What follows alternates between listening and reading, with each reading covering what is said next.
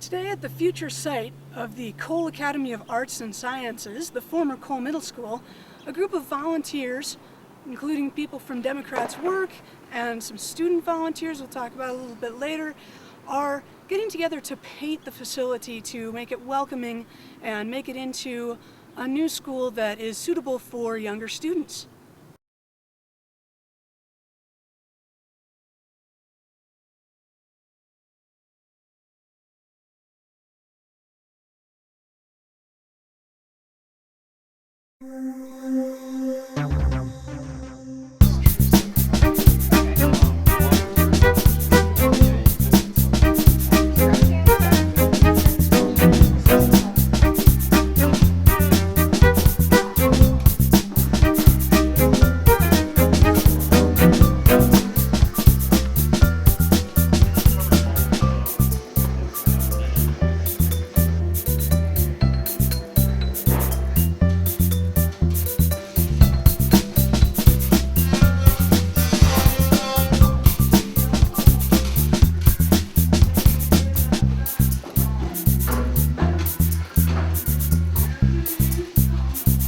There's just something about painting that it makes everything so different. You can like really made an impact and really change something. It's fun. Their new mascot this year is the dragon, so we're just covering up all the eagles for next year, so they're ready to go. I think it was time for a change for everyone, kind of a new school, new look, new mascot, so really exciting for them at DPS. I am the Director of Hands-On Schools for Metro Volunteers, so I organize all the projects at the schools here. So I do this for a living. We have Democrats Work, we have the faculty out here from Cole School, and we also have our TeenWorks program up on the second and third floor, which is our high school students that volunteer for the summer with us.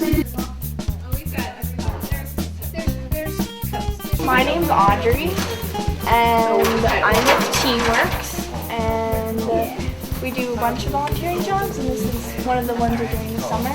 I just want to get out of the house. It's fun to help other people. Oh, okay. I'm just painting the wall. And I'm making the environment nice and clean. We've helped at like events like this fire muster down at Red Rocks, and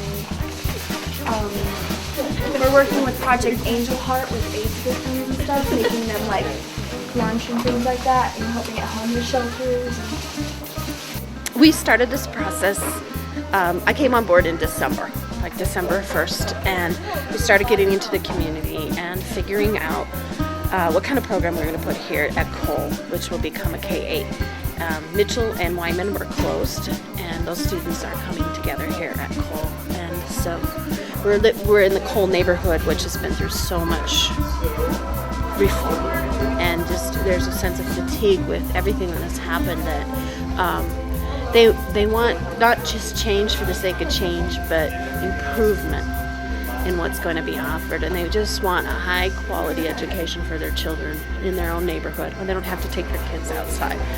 And the A+ committee had charged us to, if we were closing schools and opening a school, that what these children would get here would be better than what they had before. We wanted the facility to embody our K-8 model, and so we're looking at, it's a gorgeous facility. We wanted to convert it from what was a traditional looking middle school to an elementary school, and we knew that one of the ways to do that was to bring in some color.